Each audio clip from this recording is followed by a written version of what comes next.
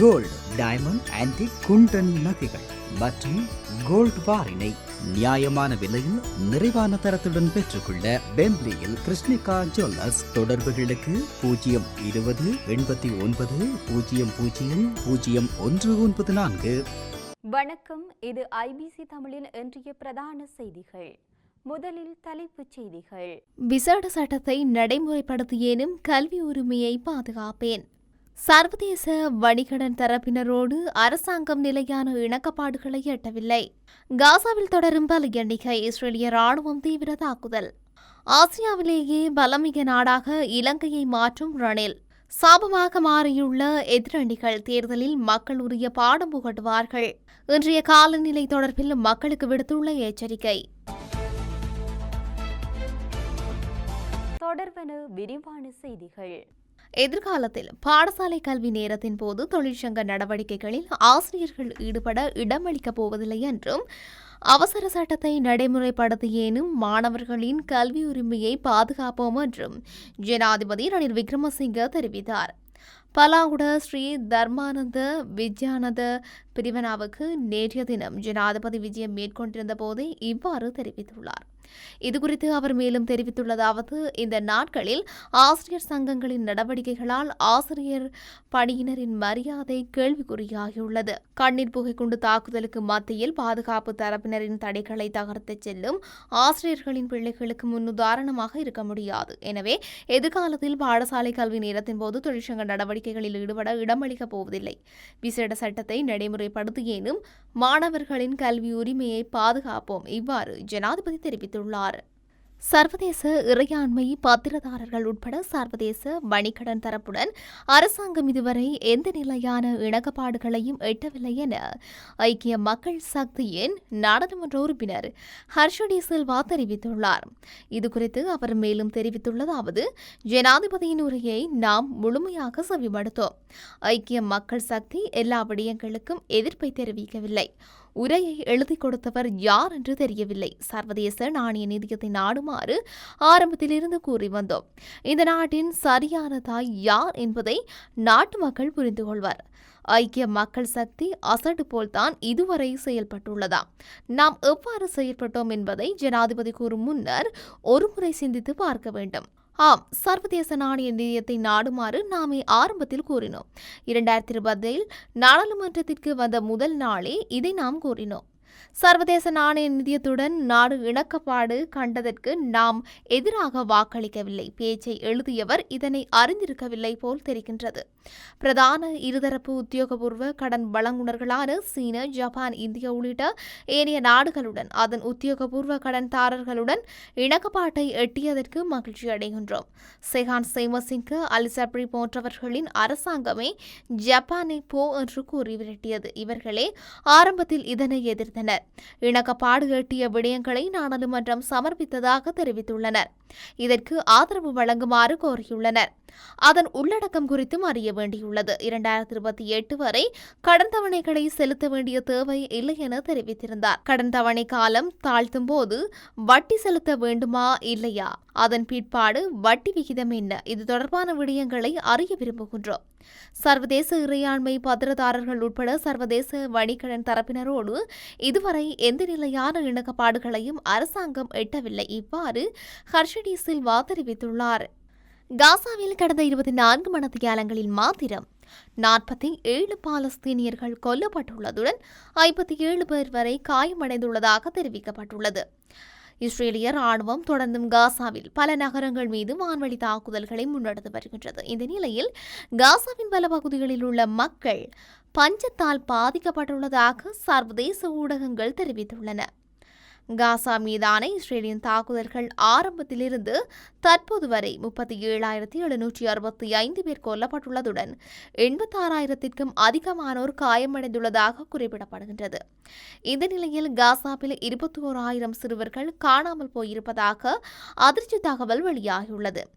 மாயமானவர்களில் பலர் வெடிகுண்டால் தகர்த்தப்பட்ட கட்டிடங்களின் இடிபாடுகளில் சிக்கி இறந்திருப்பதாகவும், மேலும் பல சிறுவர்களை இஸ்ரேல் ராணுவம் கொன்று புதைத்ததாகவும் பாலஸ்தீனிய தரப்பு குற்றம் சுமத்தியுள்ளன. இந்த நிலையில் காணாமல் போன சிறுவர்கள் பெற்றோர் மற்றும் உறவினர்களை பிரிந்து தவித்து வருவதால் அவர்களை காப்பாற்ற உடனடியாக நடவடிக்கை மேற்கொள்ள வேண்டும் என்று மனித உரிமை ஆர்வலர் அலெக்சாண்ட்ரா சைஜே வலியுறுத்தியமை குறிப்பிடத்தக்கது. நாட்டில் இடம்பெறவுள்ள ஜனாதிபதி தேர்தலை தொடர்ந்து ரணில் விக்ரமசிங்கவுக்கு தொடர்ச்சியாக 12 வருடங்களுக்கு ஆட்சி பொறுப்பை வழங்கினால் ஆசியாவிலேயே பலம் கொண்ட நாடாக இலங்கையை மாற்றுவார் என்று ஐக்கிய தேசிய கட்சியின் தவிசாளரும் நாடாளுமன்ற உறுப்பினருமான வஜிர அபேவர்தன தெரிவித்துள்ளார். இது தொடர்பில் ஊடகங்களிடம் அவர் மேலும் கூறுகையில், ஒரு நாடு வங்குறுத்து நிலை அடைந்துவிட்டால் அந்த நாடு மீண்டும் வளமைக்கு திரும்புவதற்கு குறைந்தது 7 முதல் 10 வருடங்களாவது தேவைப்படும். ஆனால் ஜனாதிபதி ரணில் விக்ரமசிங்கே 2 வருடங்களுக்குள் நிலைமை தீவிரமடைந்த சந்தர்ப்பத்திலும் மக்களின் வங்கிக் கணக்குகளுக்கு 15,000 ரூபாய் பணத்தை வெப்பிலிட நடவடிக்கை எடுத்தார். அது மாத்திரமல்லாமல் தமது தரை ஆகாய உரிமையை 30 லட்சம் ரூபாவுக்கு கொடுத்துள்ளார். அப்படியானதொரு சந்தர்ப்பத்திலேயே இந்த நாட்டை அவர் பொறுப்பேற்றுக் கொண்டார்.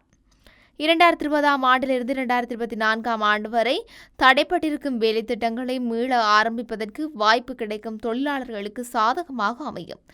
இலங்கை தொடர்பான சர்வதேசத்தின் நம்பிக்கை உருவாகும். இலங்கையுடனான சர்வதேசத்தின் கொடுக்கல் வாங்கல்கள் வழமைக்கு திரும்பும்.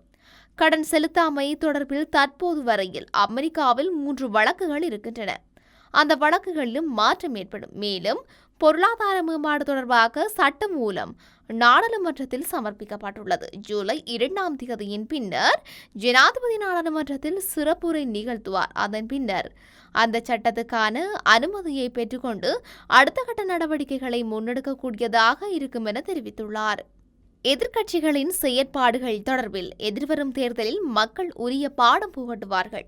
இந்த எதிர்க்கட்சிகள் உண்மையில் நாட்டுக்கே சாபக்கேடு என்று நகர அபிவிருத்தி மற்றும் வீடமைப்புத்துறை அமைச்சர் பிரசன்ன ரணதுங்க தெரிவித்துள்ளார்.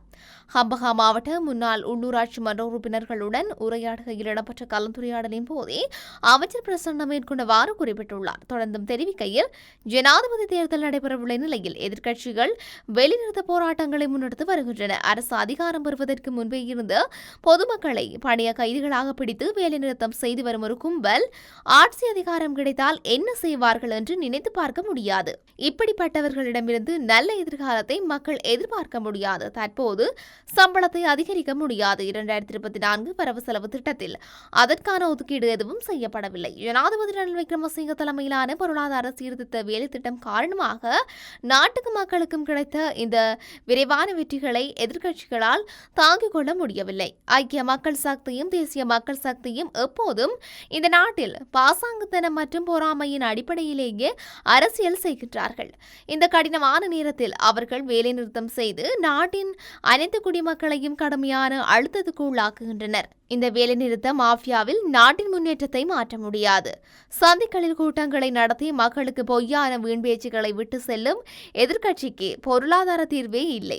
அந்த தோல்வியால் தான் நாங்கள் கோரிக்கை விடுத்தாலும் எதிர்க்கட்சிகள் நாட்டுக்கு பொறுப்பேற்க முன்வரவில்லை. இந்த பொருளாதார நெருக்கடியை தீர்ப்பதற்கு சர்வதேச நாணய நிதியத்தின் உதவியை நாட ஜனாதிபதி ரணில் விக்ரமசிங்க தீர்மானித்திருந்த தருணத்திலிருந்து எதிர்க்கட்சிகள் வன்முறை விதைத்து வேலைநிறுத்தங்களை ஆரம்பித்து வருகின்றன. இந்த விளையாட்டு இப்போது நிறுத்த வேண்டும். இந்த எதிர்க்கட்சிகள் உண்மையில் நாட்டுக்கே சாபக்கேடு. நாட்டுக்கு சாபமாக மாறியுள்ள இந்த எதிர்க்கட்சிகள் குறித்து எதிர்வரும் தேர்தலில் மக்கள் இறுதி தீர்மானம் எடுப்பார்கள் என்று குறிப்பிடப்பட்டுள்ளது. சப்ரகமுவ மேல் மற்றும் வடமேல் மாகாணங்களிலும் அத்துடன் காலி, மாத்தறை, கண்டி மற்றும் நுவரெலியா மாவட்டங்களிலும் இடைக்கிடையே மழை பெய்யக்கூடும் என சிரேஷ்ட வானிலை அதிகாரி கலாநிதி முகமது சலீஜன் கூறியுள்ளார். இன்றைய வானிலை குறித்து அவர் மேலும் கூறுகையில், உவா மாகாணத்தின் சில இடங்களிலும் அத்துடன் அம்பாறை மற்றும் மட்டக்களப்பு மாவட்டங்களின் சில இடங்களிலும் மாலை அல்லது இரவு வேளைகளில் மழை அல்லது இடியுடன் கூடிய மழை பெய்யக்கூடிய வாய்ப்புகள் காணப்படுகின்றது. மத்திய மலை பிராந்தியத்தின் மேற்கு சரிவுகளிலும் வடக்கு, வடமத்திய மற்றும் வடமேல் மாகாணங்களிலும் அத்துடன் திருகோணமலை, ஹம்பாந்தோட்டை மற்றும் மொனராகலை மாவட்டங்களிலும் மணத்தியாலத்திற்கு 40 தொடக்கம் 50 கிலோமீட்டர் வேகத்தில் அடிக்கடி பலத்த காற்று வீசக்கூடும் என எதிர்பார்க்கப்படுகின்றது. காங்கேசன்துறை தொடக்கம் மன்னார் ஊடாக புத்தளம் வரையான அத்துடன் ஹம்பாந்தோட்டை தொடக்கம் பொத்துவில் வரையான கடல் பிராந்தியங்களில் மணத்தியாலத்திற்கு 60 கிலோமீட்டரிலும் கூடிய வேகத்தில் அடிக்கடி காற்று அதிகரித்து வீசக்கூடும். இவ்வாறான சந்தர்ப்பங்களில் இக்கடல் பிராந்தியங்களில் கொந்தளிப்பாக காணப்படும். திருகோணமலை தொடக்கம் முல்லைத்தீவு ஊடாக காங்கேசந்துறை வரையான கடல் பிராந்தியங்களில் மணத்தியாலத்திற்கு 50 கிலோமீட்டரும் கூடிய வேகத்தில் இடைக்கிடையே காற்று அதிகரித்து வீசக்கூடும். இவ்வாறான சந்தர்ப்பங்களில் இக்கடல் பிராந்தியங்களில் ஓரளவு கொந்தளிப்பான நிலையில் காணப்படும். ஆகையினால் கடலுக்கு செல்லும் மீனவர்களும் கடல்சார் ஊழியர்களும் அவதானத்துடன் கடற்தொழில் நடவடிக்கையில் ஈடுபடுமாறு கேட்டுக் கொள்ளப்படுகின்றனர் என்றார். இத்துடன் இன்றைய பிரதான செய்திகள் நிறைவடைகின்றன. தொடர்ந்தும் செய்திகளை அறிந்து கொள்ள IBC தமிழ் நியூஸ் என்ற எமது யூடியூப் பக்கத்தினூடாக இணைந்திருங்கள். நன்றி.